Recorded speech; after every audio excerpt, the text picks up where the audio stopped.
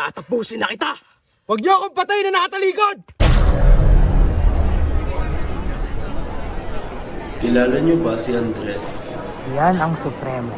Sino ba yon? Matapang. Revolusyonaryo. Supremo. Siya ang nagtatag ng katipunan. Si Andres. Bonifacio ba yon? Oo, si Andres. Andres! Ma'am, Kilala mo ba si Andres Bonifacio? Total kapangalan mo naman siya. Siya po ang ama ng himagsikang Pilipino. Tama ka dyan, Andres. Si Andres Bonifacio ay anak na Santiago Bonifacio at Catalina de Castro. Panganay sa anim na magkakapatid. Noong 14 na taong gulang, nahulila siya sa kanyang mga magulang. Nahilig siya sa pagbabasa ng mga nobela ni Jose Rizal at sumali siya sa La Liga Filipina noong taong 1892 kung saan kasama nito si Jose Rizal. Matibay ang aking paniniwala na ang ligang ito ang magsisimula ng panibagong nais natin. Layunin ng Laligang Pilipinas na pagkaisa ang bayan, malabanan ng karahasan at inustisya, mabigyang proteksyon ng lahat ng kinakailangan ito, at mapag-aralan ang reforma sa bayan sa mapayapang paraan. Andres Bonifacio po, laking tonto. Kumusta ka, Andres? Mabuti naman po, tumatak po sa aming mga isipan ang mga isinulat ninyong nobela. Ipagpaumanhin niyo po ang aking gusto. Ang gusto ko lamang ay malaman niyo sa pareho kong nobela na ang armadong himagsikan ay hindi nagtatagumpay. Dahil hindi patalim at pistol ang susi sa kalayaan, Andres. Kailangan nating armasan ang ating mga sarili dito at higit lalo dito. Iyon ang mga sandatang inagaw sa atin ng mga Kastila at iyon ang kailangan nating ibalik sa aking bayan.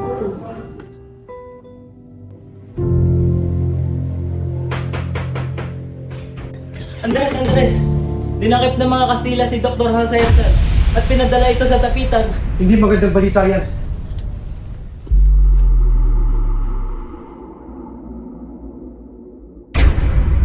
Andres! Dr. Rizal! Kinalulungkot ko kasi ganitong paraan pa tayo magkakausap. Nakahanda na ang mga tauhan namin. Itatakas ka namin ngayong gabi. Kung lalabas ako dito, hindi sa paraan ng pagtakas. Hindi ito ang tamang pagkakataon para igalang ang batas. Ni hindi naman kinikilala ng mga Espanyol ang karapatan natin. Andres, kung ganyan mga tuwira ng bayan, magkakagulo, hindi magtatagal, dadalak ang dugo. Sa ayaw man at sa gusto natin, dadalak pa rin ang dugo. Andres, umalis ka na dito, mapapahama ka lamang. Pero doktor, kung mananatili ka dito, paano na yung mga pinaglaban mo? Katawan ko lamang ang kayang sipirin ng mga rehas. Hindi nito kayang pigilan ng mga kaluluwa ng paglaban. Sige na, Andres! Sige na!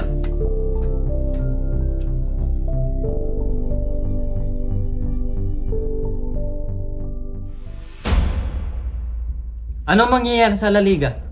Tiyak, dadakpin mo mga parele ang mga taong nakasuporta dito. Hindi! Hindi tayo makukulong. Lalaban ako kung kailangan. Eh ano naman ang gagawin natin? Kailangan natin kumilos. Kailangan nating ipakita na lalaban tayo. Ang kailangan natin ay magbuo ng isang bagong samahan na magbubuklod sa taong bayan at lalaban sa mga Espanyol. Hindi naging matagumpay ang mapayapang pagbabago na isinusulong ni Dr. Jose Rizal.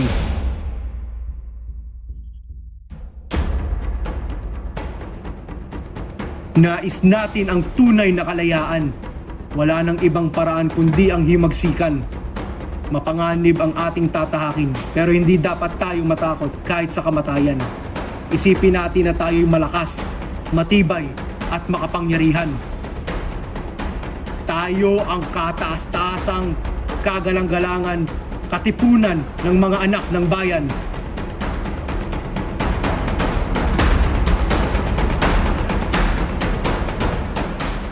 Dumating naman sa buhay niya si Gregoria de Jesus.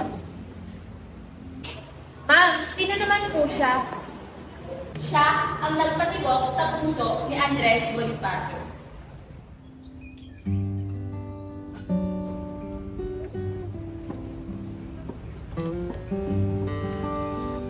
Sama ka ba pumasok sa mga mason? Oo. Hindi ba ang mga mason hindi naniniwala sa Diyos? Invento lang yan ng mga praile. Ang katotohanan sa aming mga mason, una lagi ang Diyos. Isa pa, dito kita lagi nakakausap.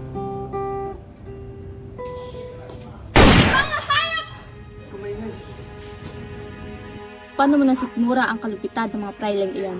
Bakit wala tayong ginawa? Hindi yun ang tamang lugar. Saan? Kung hindi yon ang tamang lugar, saan? Kailan tayo pwedeng lumaban? Pinapatay na ang mga kapwa natin kung saan-saan. Gregoria, may malaking plano ang pagkilos na magaganap. Nagtatag kami ng isang kilusan na lalaban sa mga Kastila. Kilusan? Isang kilusan na magpapatigil sa kalupitan ng mga Espanyol. Sasama ako. Bakit? Oo, babae ako, pero kaya kong lumaban.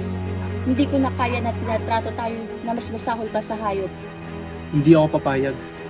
Minsan na ako nawala ng babaeng iniibig. Hindi ko siya naligtas noon. Ilan na ba mga kasapi natin? 300, Andres. Sa buong Maynila, Sa buong bansa. isang taon na ang nakakalipas. Napakabagal naman ang pagkalat ng mga kasapi. Hindi agresibo ang pagkalat ng impormasyon sa kanila. Kuya, bakit kasi hindi ikaw na lang ang mamuno? Hindi pa to ang tamang panahon. Marami tayong mahihikayat na tao kapag ikaw ang namuno. Isidoro! Andres! Ikaw ba inaparito para sa katipunan? O para sa kapatid ko? Mangyari kasi Andres. Ha? Anong nangyari? May nangyari na ba sa inyo? Wala po, kuya. Nagmamahalan po kami ni Chodoro. Araw-araw tayo nagpupulong-pulong. Paano may nangyari ibang pagpupulong sa inyong dalawa? Andres, naghahanap lang talaga ako ng tamang panahon na sabihin sa'yo. Sa palagay ko, ito ng tamang oras. Andres, gusto ko sana hingin na kamay ni Nonay.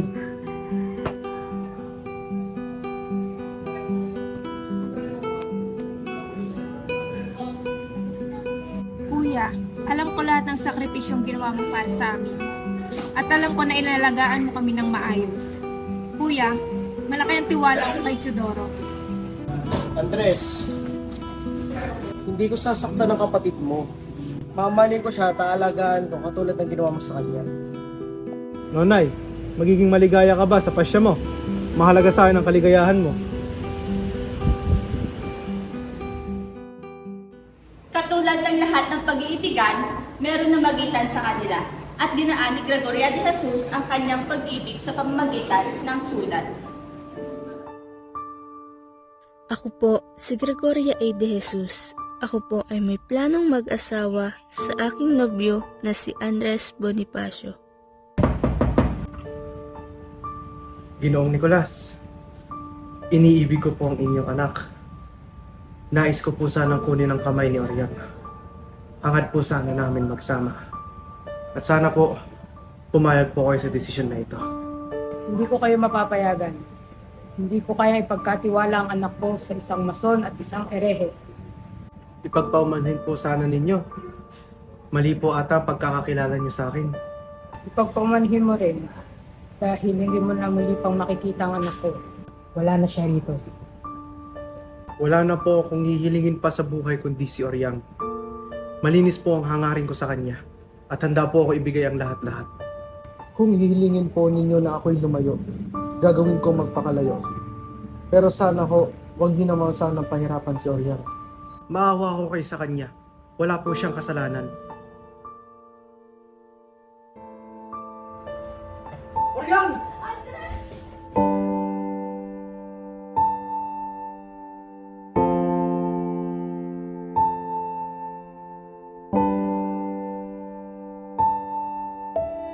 Aling pag-ibig pa ang hihigit kaya sa pagkadalisay at pagkadakila, gaya ng pag-ibig sa tinubuang lupa.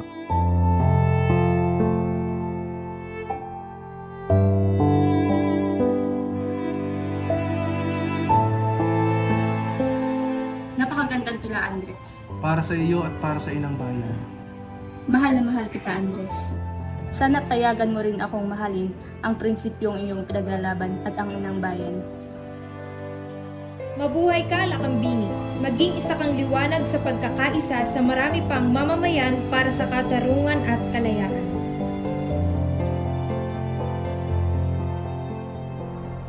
Tatlong taon na tayo nanganganap ng mga miyembro. Ngunit hanggang ngayon parang nagbubulag-bulagan ng mga tao sa kalupitan ng mga Kastila. Malalim ang takot na itinanim ng mga Kastila sa puso at kaisipan ng ating bayan. Kung patuloy silang matatakot, lalong maghihikahos at mababaon sa takot ang bayang ito. Hindi ito ang katapusan, kundi ang simula pa lamang.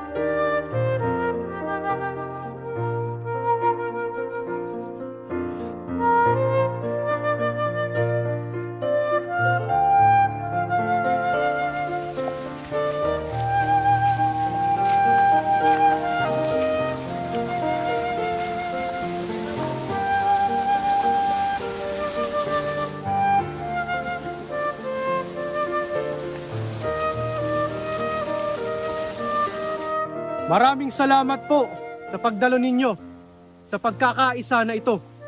Ako po ang inyong lingkod, si Andres Bonifacio, ang Supremo.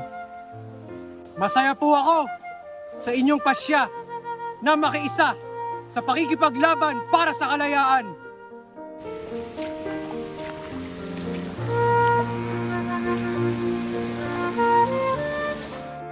Madaming pagsubok ang dumating sa buhay ni Andres.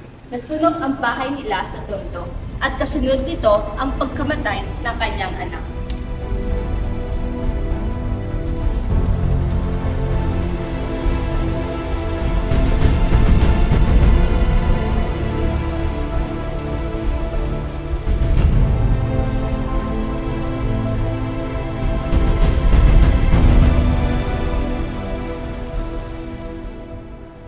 Kamusta naman po ang naging lagay ng Katipunan? Kasabay ng pagdami ng miyembro ng Katipunan, may isang tao ang naglaglag sa kanila. Sino po, ma'am? Siya si Teodoro Batilio. Ma'am, ano pa nangyayari? Naggalit ang mga Kastila, pinarusahan at pinahirapan ang mga malalamang may kaugnayan sa Katipunan.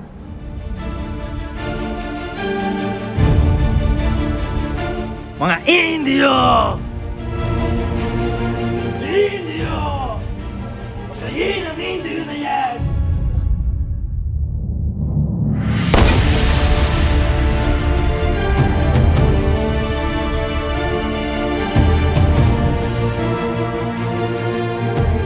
Kailangan natin ipatawag ang mga pinuno ng konseho.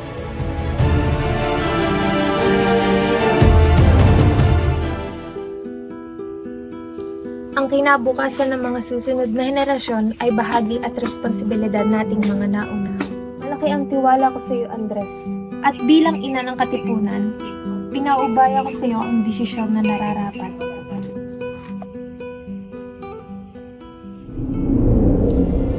Napakarami na ang naging biktima ng mga Espanyol at mas marami pa ang mamamatay pag hindi natin tinigilan ang kanilang pang-aapi. Sa labanang ito, isusuong natin ang mga buhay sa panganib. Ilang araw mula ngayon, sa gabi ng 29, sisimulan natin ang revolusyon. Ilabas nyo ang inyong mga sedula. Tingnan nyo ang munting papel na umaalipin sa ating lahat. Katipunan, kailangan na nating wakasan ang ilang daang taong pananakop sa atin ng Espanya. Lalaban tayo hanggang sa huli. Hindi tayo magpapalupig. Tayo ang mananalo dahil tayo ang anak ng bayan. Sa atin ang lupaing ito. Sa atin ang bayang ito.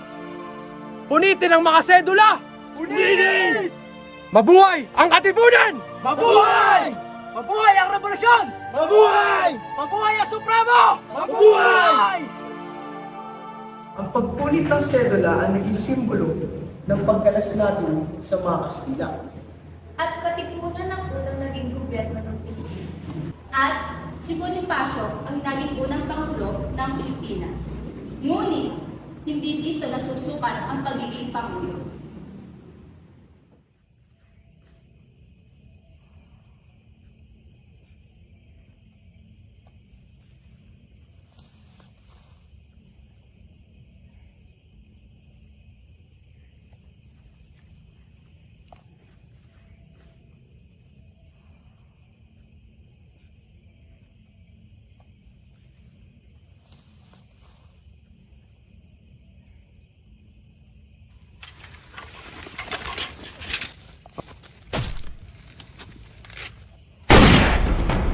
Sugod mga katipunero!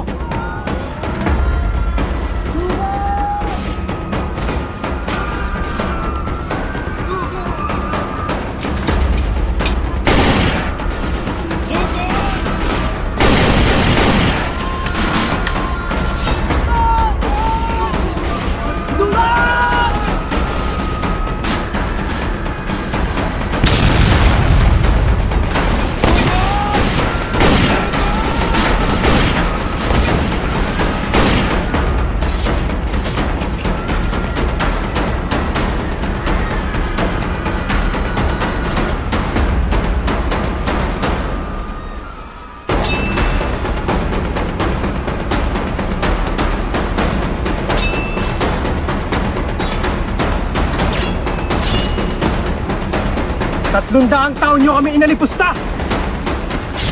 Para sa ilang tabi.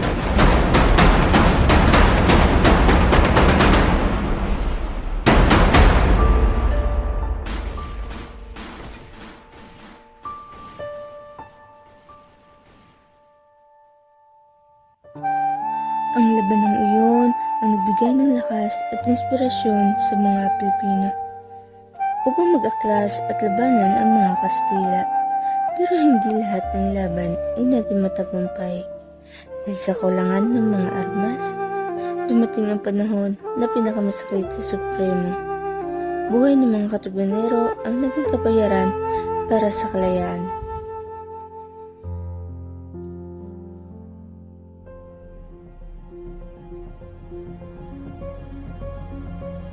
Sa tingin ko, walang kakayahan si Bonifacio para pamuno ng revolusyon. Kailangan natin ng bagong liderado. Kailangan natin magsagawa ng isang halalan at imbitahin natin si Bonifacio.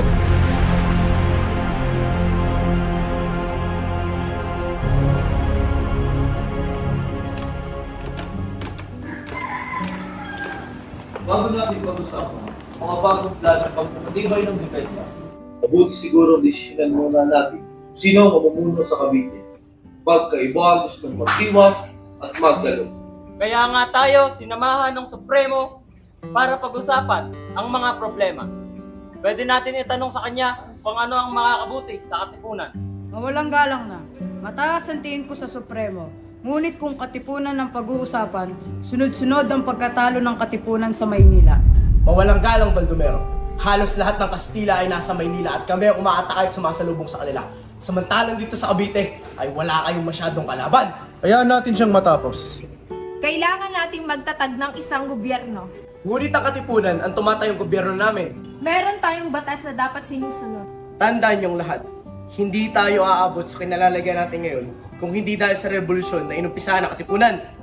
Para maging patas, sa ngalan ng demokratiko, ating bigyang galang ang karapatan ng ating mga kapatid kung sino ang karapat-dapat na mamuno sa ating gobyerno. Tayo ay magsagawa ng halalan. Walang dapat na mamuno kundi ang Supremo dahil siya ang nag-organisa at namuno ng revolusyon. Madami tayong kapatid na nakipagdigman at nakipaglaban na hindi naman kasapi ng revolusyon. Kailangan natin marinig ang boses ng nakararami.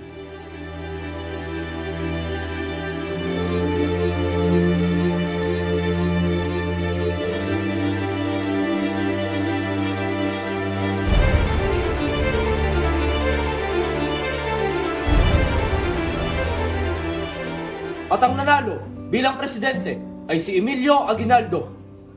Dahil si Andres ang pangalawa sa may pinakamaraming boto, marapat lang siyang itatag na pangalawang presidente. Sumasangayon ako. Kailangan natin marinig ang boses ng nakararami tungkol sa bagay na yan.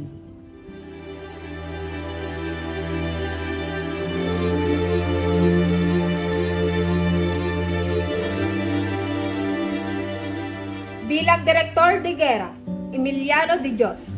Bilang Direktor Interior, Andres Bonifacio. Saglit lamang, hindi maaaring hawakan ng hindi nakapagtapos sa pag-aaral ang posisyong ito. At alam naman natin na si Andres Bonifacio ay hindi nakapagtapos ng pag-aaral. Tama na! Kanina mo pa akong iniinsulto! Hinahamon mo ba ako?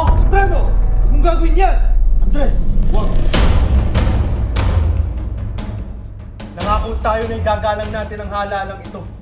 Pero kayo rin na sumira sa usapan. Bilang supremo ng katipunan, pinapawalang bisa ako ang halalang ito.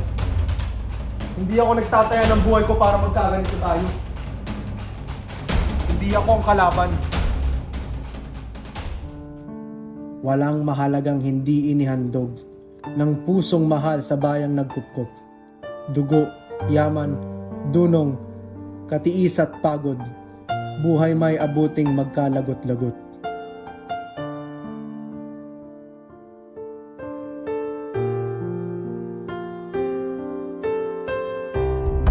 Dahil sa hindi pagsunod ni Bonifacio ay baka makapekto ito sa ating hanay.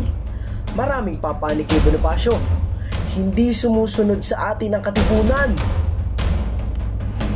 Dakpin si Andres Bonifacio.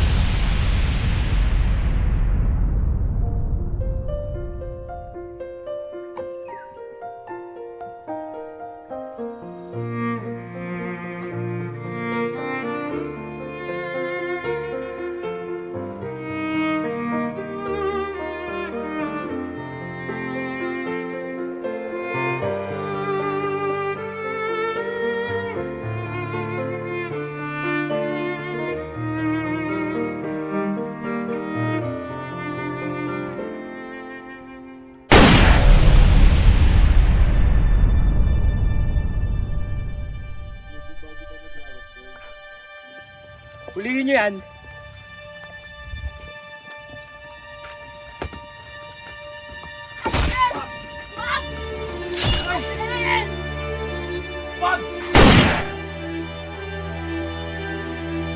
Napatunayan ng hukumang ito nang walang pag-aalinlangan na ikaw, Procopio Bonifacio at Andres Bonifacio ay nagbalak na pabagsakin ang pamahalaan, pabagsakin ang presidente at maghimagsik laban sa pamahalaan.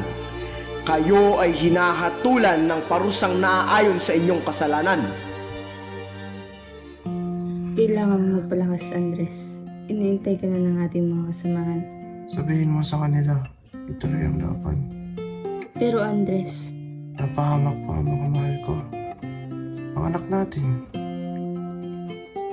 Pati ikaw. huwag ka magsalita ng ganyan. Wala kang kasalanan. Nanaginip ako Anong napag-inipan mo, mahal ko? na nabubuhay tayo sa isang bayang lahat ay nabubuhay ng malaya at tahimik.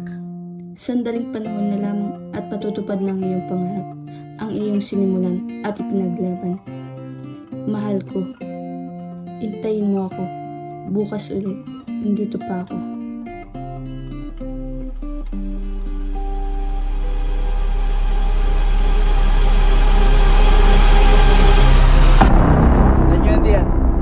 Ito, tabi niyo sa kapatid. Andres at Procopio Bonifacio, kayo ay hinahatulan ng kamatayan. At sinong may sabi niyan? Pagpahumanin mo, kapatid. Sumusunod lang sa utos. Ikaw, malubha ka na. Tatapusin na kita. Huwag niyo akong patay na nakatalikod! Ipaghandog-handog ang buhay. Ipaghandog-handog ang buong pag-ibig. Hanggang sa mga dugoy, ubus ang itikis. Kung sa pagtatanggol, buhay mailit. Ito'y kapalaran at tunay na langit.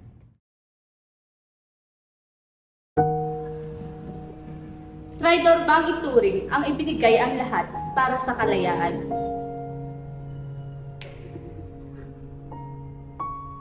Masakit isipin na kulang ang mga nakalagay sa inyong mga libro tungkol kay Bonifacio. Pero ang mas masakit ay yung tungkol sa walang halaga sa ating mga bayani na pinaglaban hanggang kamatayan ang kalayaan. Napakasakit isipin na tayo mismong mga Pilipino ang kalaban.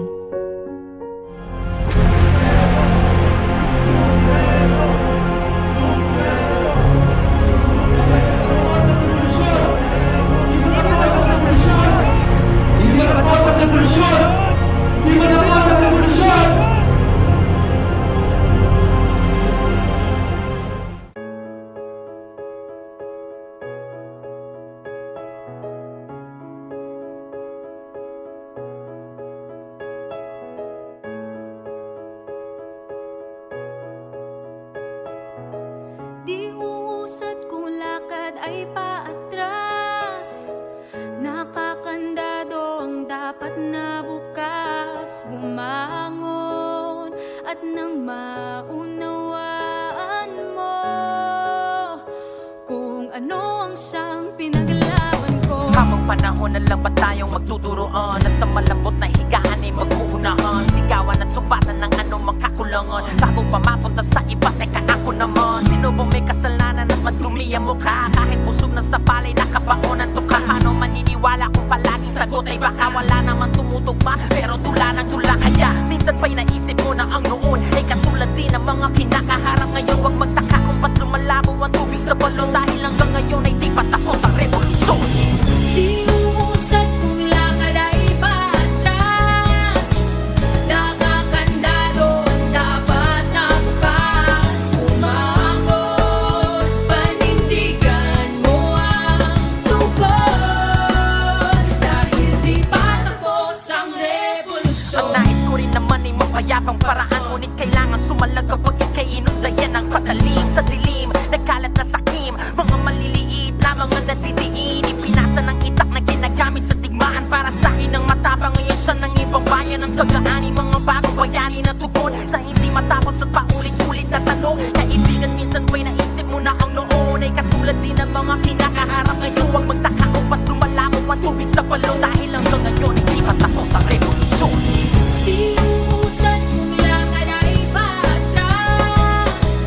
Nakakandado ang dapat na bukas. Umangon at nang maunawaan mo kung ano ang siyang pinaglaban ko. Di ako nagkaroon ng pagkakataon na makapagpakilala. Simula noon ang tawag nila sa akin ay yung pasimuno, habang ang nais ko lamang naman ay mamuno at ituro ang daan. Katulad nyo rin naman ako tinulak sa burak pagkatapos pagbintangan ng mga taong aking itinuring na kapatid. Gamit ang kutsilyo lupit na hawak ay pinati, lahat ay kailangan lumaban kapag inaapi na kahit tumanak ang dugo at ang puti maging pula. Matapos ang lahat ang sinulat na sabi nila, kung sino ako talaga ay kilala mo ba?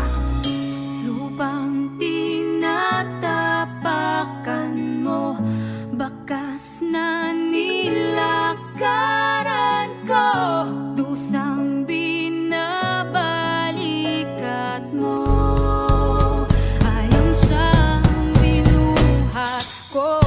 Lupang tinatapakan mo, bakas na nilakaran ko, dusang binabalikat mo, ayong siyang binuhat ko. Iuusad kung lakad ay paatras. Nakakandado ang dapat na bukas. Umangon at nang maunawaan mo kung ano ang siyang pinaglaban ko. Iuusad kung lakad ay paatras. Nakakandado ang dapat na bukas. Umangon, panindigan mo ang tukod, dahil di pa tapos ang revolusyon. Buhay ko ang naging kapalit para sa kalayaan. Ikaw, ano ang kaya mong ialay para sa inang bayan?